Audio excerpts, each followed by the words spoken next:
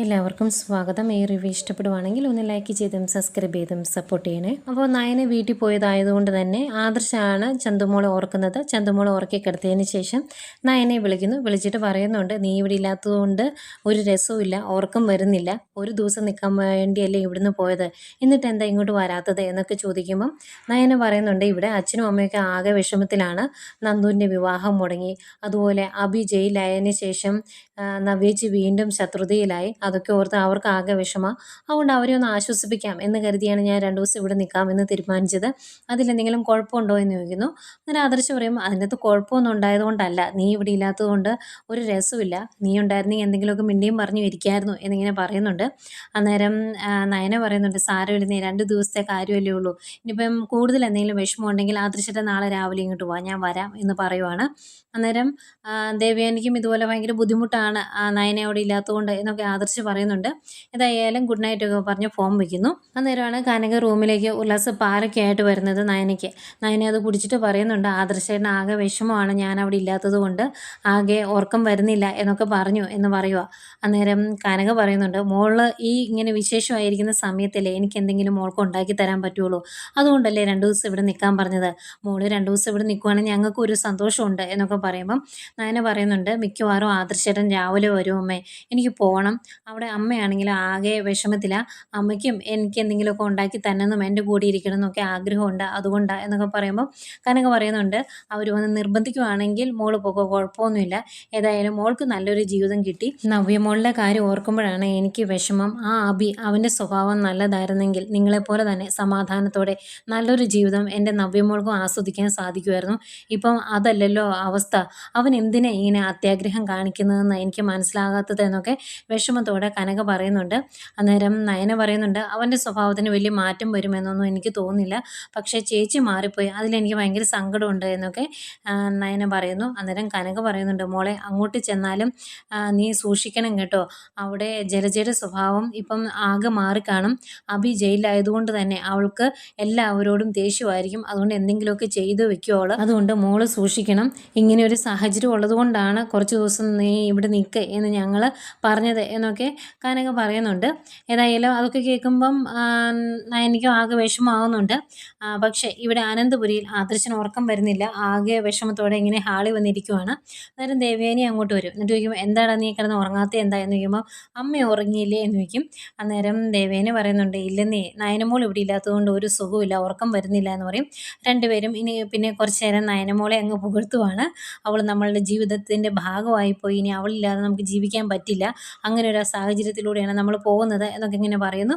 ഏതായാലും ദേവയാനിക്ക് വേണ്ടി രാവിലെ തന്നെ പോയി നയനെ കൂട്ടിക്കൊണ്ട് വരാമെന്ന് ആദർശ് പറയുവാണ്. അന്നേരം ദേവയാനി ചോദിക്കും, എനിക്ക് മാത്രമല്ലല്ലോ, നിനക്കും അവളെ കാണാതിരിക്കാൻ പറ്റില്ലോ, പിന്നെ എന്തിനാ നീ എൻ്റെ പേര് പറയുന്നതെന്ന് ചോദിക്കും. എന്നിട്ട് കളിയാക്കി പറയുന്നുണ്ട്, ഏതായാലും അവിടെ ചെന്ന് വിളിക്കുമ്പോൾ ഒരു കാരണം പറയണമല്ലോ, അതെൻ്റെ കാര്യം തന്നെ പറഞ്ഞു, കുഴപ്പമൊന്നുമില്ല എന്നും പറയുന്നുണ്ട്. പിന്നെ കാണിക്കുന്നത് പിറ്റേ ദിവസം നയന റെഡിയായിട്ടിരിക്കുക കേട്ടോ ആദർശൻ്റെ കൂടെ പോരാൻ വേണ്ടി. അന്നേരം കനക ചായയായിട്ട് റൂമിലേക്ക് വരുന്നു. അന്നേരം കനകയോട് പറയുന്നുണ്ട്, രാവിലെ തന്നെ ആദർശേട്ടൻ വരും, എനിക്ക് അവരുടെ കൂടെ പോകണം, ആദർശൻ്റെ കൂടെ പോകണം, അല്ലെങ്കിൽ ശരിയാക്കിയല്ല, അമ്മ അവിടെ ആകെ വിഷമത്തിലാണ് എന്നൊക്കെ പറയുമ്പം, സാരമില്ല മോള് പൊയ്ക്കോ, 7 മാസം കഴിയുമ്പോൾ ഇങ്ങോട്ട് വരില്ല, അന്നേരം മോൾക്ക് ഇഷ്ടപ്പെട്ടതൊക്കെ ഞാൻ ഉണ്ടാക്കി തന്നോളാം എന്നൊക്കെ പറയുന്നുണ്ട്. ഏതായാലും പറഞ്ഞതുപോലെ തന്നെ ആദർശ് രാവിലെ തന്നെ എത്തുന്നുണ്ട്.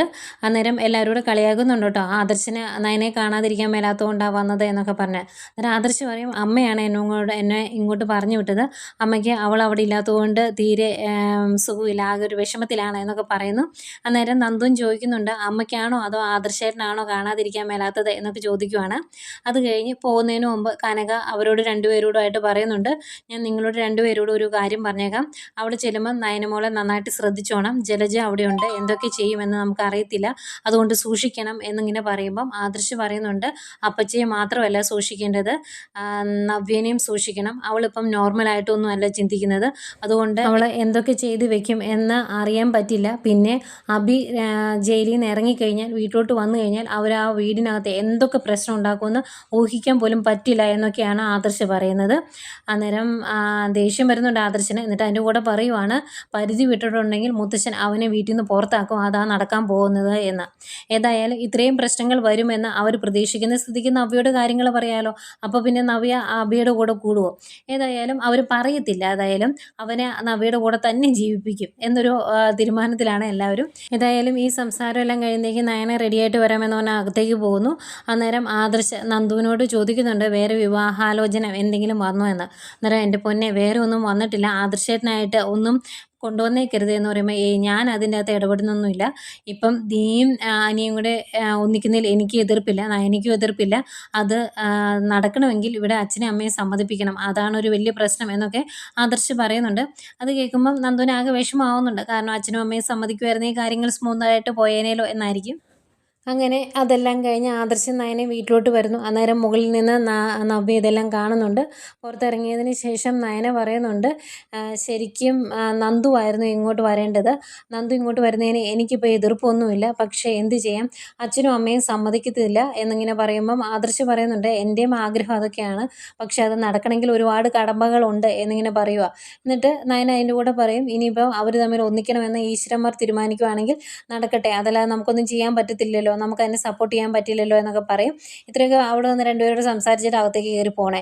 അവരങ്ങ് പോയി കഴിയുമ്പം നവ്യ മുകളിൽ നിന്ന് ഇങ്ങനെ ചിന്തിക്കുവാണ്, അവളുടെ ഭർത്താവ് മറ്റൊരു സ്ത്രീയിൽ ഒരു കുഞ്ഞിനെ ഉണ്ടാക്കി, അത് അവളുടെ കൂടെ ഉണ്ട്, എന്നിട്ടും അവൾക്കും അവനും ഒരു കുഴപ്പമില്ല, ഹാപ്പി ആയിട്ട് നടക്കുവാണ്, എൻ്റെ ജീവിതമാണ് നശിച്ചുകൊണ്ടിരിക്കുന്നത്. അതുകൊണ്ട് തന്നെ ഒരവസരം കിട്ടിയിട്ടുണ്ടെങ്കിൽ അവളുടെയും അവൻ്റെയും സന്തോഷം ഞാൻ തല്ലിക്കെടുത്തിയിരിക്കും എന്നാണ് നവ്യ പറയുന്നത്. ഏതായാലും നവ്യയുടെ തീരുമാനം അത് തന്നെയാണ്. നവ്യ അതിൽ ഉറച്ചു നിൽക്കുന്നു. ഈ സമയം അകത്ത് ദേവയാനി നയനയുടെ ഫോട്ടോ എടുത്ത് സൂം ചെയ്ത് നോക്കി വെക്കൊണ്ടിരിക്കുകയാണ്, കാണാൻ കൊതിയായിട്ട്. അന്നേക്കും നയന അങ്ങോട്ട് ചെല്ലുന്നു. നയന പുറകെ വന്ന് കണ്ണ് പൊത്തി പിടിക്കുമ്പോൾ ദേവയാനി പറയുന്നുണ്ട് എൻ്റെ മരുമകളെ സ്പർശിച്ചിട്ടുണ്ടെങ്കിൽ എനിക്കറിയാം, അതുകൊണ്ട് എന്നെ പറ്റിക്കാനൊന്നും നോക്കണ്ട എന്ന് പറയും. അത് കഴിഞ്ഞ് രണ്ടുപേരുടെ ഭയങ്കര സന്തോഷത്തോടെ സംസാരിക്കുവാണ്. മോൾ ഇവിടെ ഇല്ലാത്തത് കൊണ്ട് അമ്മയ്ക്കോ ഒരു സുഖവും ഇല്ലായിരുന്നു, മോൾക്ക് ഇഷ്ടമുള്ള എല്ലാം ഞാൻ ഉണ്ടാക്കി തരാം, എന്താ വേണ്ടതെന്ന് പറഞ്ഞാൽ മതി എന്ന് പറഞ്ഞ് കുറേ പുകഴ്ത്തുവാണ് മരുമകളെ. അത് കഴിഞ്ഞ് അവരെല്ലാവരുടെ അടുക്കളയിലേക്ക് പോവാണ്. രണ്ടുപേരുടെ അടുക്കളയിൽ ചെല്ലുമ്പോൾ ജാനകി നയനയ്ക്ക് വേണ്ട ഫുഡെല്ലാം ഉണ്ടാക്കി വെച്ചേക്കുന്നു.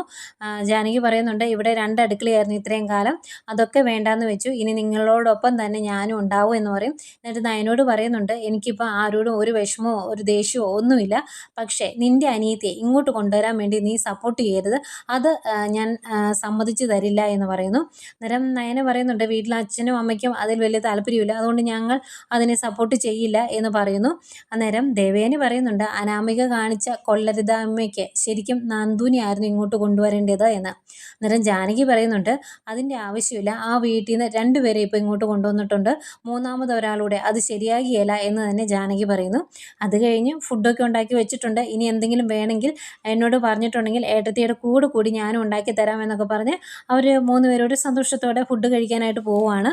അതിനുശേഷം നവ്യനെയാണ് കാണിക്കുന്നത്. നവ്യ ജയിലിൽ നമ്മുടെ അഭി കാണാനായിട്ട് ചെന്നതാണ്. അഭിക്ക് ആകെ ദേഷ്യമാണ്, അവിടെ ദുരിതമാണല്ലോ, അതുകൊണ്ട് അഭി പറയുന്നുണ്ട് നിൻ്റെ അനിയത്തി ഒറ്റ ഒരുത്തിയാണ്, നയന ഒറ്റ ഒരുത്തിയാണ് ഇതിനെല്ലാം കാരണം, നന്ദുവിനെ കൊണ്ട് ഇതെല്ലാം ചെയ്യിപ്പിച്ചത് അവളാണ്, അവളുടെ ഭർത്താവിന് മറ്റൊരു സ്ത്രീയിൽ കുഞ്ഞുണ്ടായിട്ട് പോലും ഒരു കുഴപ്പമില്ലാതെ ആ വീട്ടിൽ ജീവിക്കുന്നുണ്ട്, അതുകൊണ്ട് ഇനി നമ്മൾ ഒരുമിച്ച് നിൽക്കണം, എനിക്ക് ആ വീട്ടിലൊരു വിലയില്ല, അതുപോലെ നിൻ്റെ വീട്ടിലും വിലയില്ല, ശരിക്കും നിൻ്റെ അച്ഛൻ്റെ അമ്മയുടെ മോള് തന്നെയാണോ നീ, അവർ ദത്തെടുത്തതാണോ നിന്നെ, കാരണം എന്നെപ്പോലെ തന്നെ ആ വീട്ടിൽ നിനക്കും ഒരു സ്ഥാനമില്ല എന്നൊക്കെ പറയുമ്പോഴേക്കും നവ്യ പറയുന്നുണ്ട് എനിക്കും അങ്ങനെ തോന്നി തുടങ്ങിയിട്ടാ, അതുകൊണ്ട് ഇനി നീയും നിൻ്റെ അമ്മയും പറയുന്നതിനപ്പുറം എനിക്കൊരു കാര്യമില്ല, നീ പുറത്തോട്ട് വാ, എന്നിട്ട് വേണം നമുക്ക് എന്ത് വേണമെന്ന് തീരുമാനിക്കാൻ, നമുക്ക് ചെയ്യാനുള്ളതൊക്കെ ചെയ്യണമെന്ന് പറയുന്നു. അന്നേരം അഭി പറയുന്നുണ്ട് ഒരെണ്ണത്തിനെയും വെറുതെ വിടരുത്, നമുക്ക് ഒരുമിച്ച് നിന്ന് കുടുംബം കുട്ടിച്ചോറാക്കാം എന്ന് പറയുന്നുണ്ട്. അങ്ങനെ പറഞ്ഞു നിൽക്കുന്ന അവരെ കാണിച്ചുകൊണ്ടാണ് ഇന്നത്തെ എപ്പിസോഡ് അവസാനിക്കുന്നത്.